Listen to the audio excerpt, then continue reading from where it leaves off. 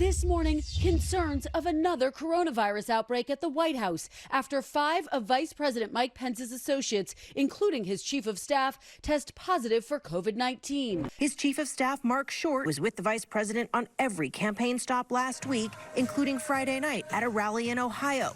Short now in isolation and experiencing symptoms. Pence's body man, a personal assistant who accompanies him virtually everywhere, a political aide who recently traveled with Pence on Air Force Two, along with 2 other staffers. But CDC guidelines call for a 14-day quarantine after exposure to the virus. A spokesman saying Pence will continue to travel as planned, quote, in accordance with the CDC guidelines for essential personnel. Critics say campaigning for office does not qualify as essential. Wow.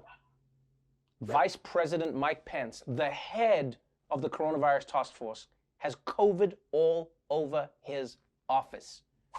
This is like finding out that the Flash came in second in a marathon. I don't care what African country that guy was from, you're supposed to be the Flash. Although, I mean, technically, this is one way to keep track of COVID-19. You know what they say, keep your friends close and the coronavirus even closer. Honestly though, people, I'm not mad at Pence. I'm just disappointed in him.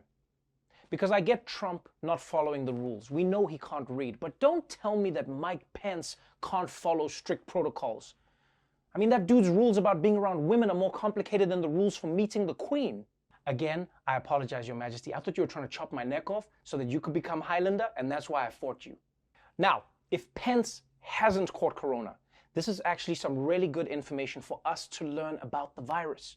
Because now we know that you can get the virus if you're breathing the same air as someone who is positive, but you clearly can't catch the virus if you spend all your time kissing that person's ass.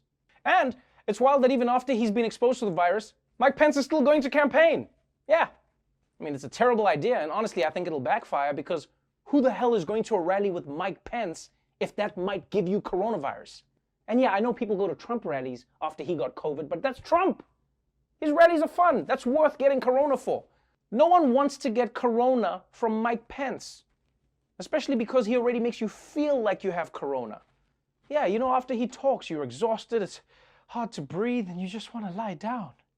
But it turns out there's actually a very good reason that the White House isn't following guidelines for preventing the spread of the virus.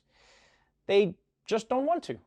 And the White House sounds like they are admitting that they have given up on trying to stop the spread of coronavirus. Chief of Staff Mark Meadows telling CNN, quote, "We are not going to control the pandemic."